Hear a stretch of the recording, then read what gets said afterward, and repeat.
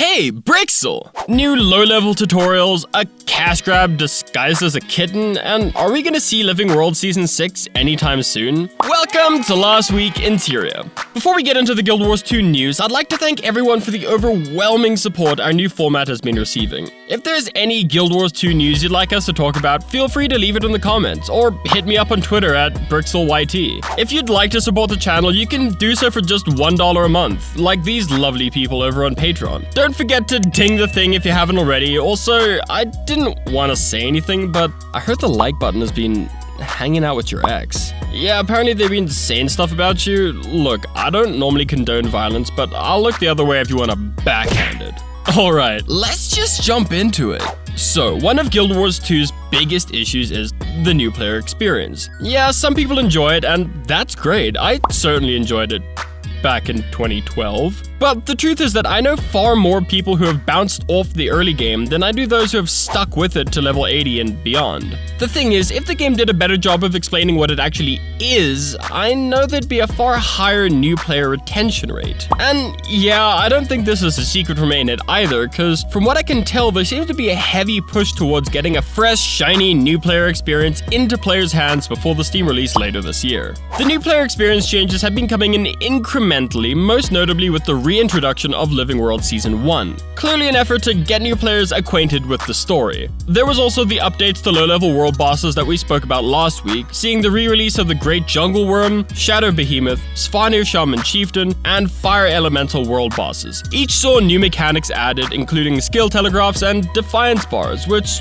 we'll get into a bit later. Either way, this is all fantastic to see, and all seems to be in aid of allowing new players to get a better understanding of what Guild Wars 2 group content is all about. So what I noticed is that the focus on this update was largely on the new models and mechanics, which is all well and good, but it was, in my opinion, the new tutorials that really should have gotten the spotlight. Tutorials are drastically more important in the long run than a few new textures, shiny as those textures may be. When fighting these bosses, players are now given a tutorial on how to jump over shockwaves, a tutorial that honestly doesn't teach you shit if you got high ping. This mechanic is very common with late game bosses, but it's never really explained until players arrive in Xingzhe at the beginning of End of Dragons. Look, I know the shockwave is a fairly clear telegraph, but the point is I'm pretty excited to see Ain't finally taking any time to explain these things to new players. I mean, remember those new defiance bars? Yeah, those aren't explained until literally the 3rd expansion. This means that new players are gonna hit Xingzhe and realize they've been playing the game entirely wrong. So yeah, while I vigorously nod my head in the approval of the current changes, I still think new tutorial hearts a la Xingzhe need to be added to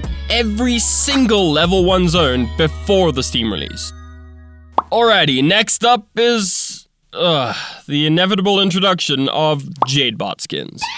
I've long come to accept that if something can be sold in the Black Lion store, it will be. And honestly, I'm surprised it took them this long to come out with a Jadebot skin. I've also come to accept, though, that if players want to spend their money on skins, it really is their own prerogative. But 1,600 gems? What the f***, Ain't? That's $20 for a minion that shows up sometimes? If, at the very least, the skin came with an item that keeps your Jadebot with you permanently, rather than going invisible after being briefly useful, I may have been able to excuse the price. Hell, even if it came with a Cuddly Cat minion, or an item that turns your currently active Jadebot into your currently active minion. But this? You Carthalus on Reddit made the fantastic observation that to adopt a kitten from their local shelter, dewormed and vaccinated, would literally be cheaper than going to the gem store and forking out for this fluffy f***. So, I don't know, buy the damn skin if you really want it, but maybe consider donating a little cash to your local no-kill shelter instead. Whatever floats your boat, just think about what you're actually spending your money on before you click add to cart. Moving on! The Elder Dragon cycle is over, and with it, a decade-long adventure has finally concluded. So, now what? Where do we go from here? Players are all logically asking, when are we gonna see more Guild Wars 2 story? And more importantly, are asking what form this new story is gonna take. Are we gonna see a Living World Season 6? Are we gonna see more mini expansions like Icebird Saga? Or is End of Dragons the last time we're gonna see our friends and enemies in Tyria until the next expansion? All good questions, but based on official ANET information, it's kinda hard to say. They've been pretty careful with their wording regarding the topic, so it really is a case of waiting and seeing. But with that being said, I personally have some thoughts. I'm hoping for, and logically think there should be, a sizable time skip in the story. Following the time skip, I'd see the release of a newly rebranded Living World / Icebrood Saga hybrid. I mean, frankly, ANET kinda shot themselves in the foot a bit with the naming convention of Icebrood. Calling any new story content Living World Season 5 or 6 would be a bit weird at this point. The Living World as we know it, I think, is kinda dead.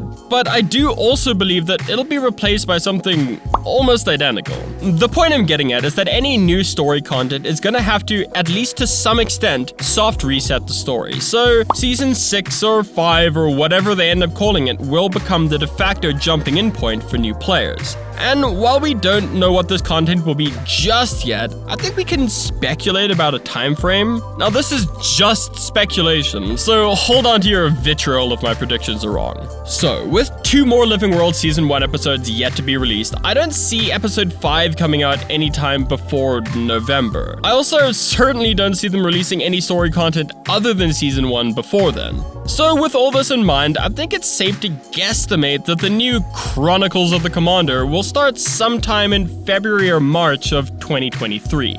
But hey, remember, speculation. Anyway, I want to close off this week's episode with a comment from Tori Goldberg on our most recent Living World Season 1 Episode 3 video. It's in regards to the lack of Canuck in Season 1 so far. Canuck's original intro was during the very first South Sun patch. We chat with him in a house in Garenhof. He has a different haircut, leaf trim, shrubscape? Then after Flame and Frost, there's the South Sun Return where we caught Canuck getting revenge. So by the time Dragon Bash happened in episode 2, Canuck was already in Lion's Arch prison. Did anyone check if he was there when we put my Trin in there? Sound off in the comments if you found Canuck in Lion's Arch prison. If not, I'm gonna have to go take a look for myself. Thanks for the insight, and more importantly, thank you for bringing up the very important discussion, what do Sylvari call haircuts? And that's it! Let us know what you think of any of the topics we covered in this week's episode down in the comments below. I'll be responding to one of y'all in next week's episode, so maybe whip out a thesaurus so you sound smart. Sub if you haven't already, and a huge thank you to our patrons. Due to a series of unfortunate events, YouTube and Patreon are currently my primary sources of income, so any little bit helps. A huge shout out to our Guardian tier patrons Liam Pullis, Anthony Hodgson, and Phil DeVette. Thank you so much for watching. I've been Brixel, and I'll catch you guys in the next one.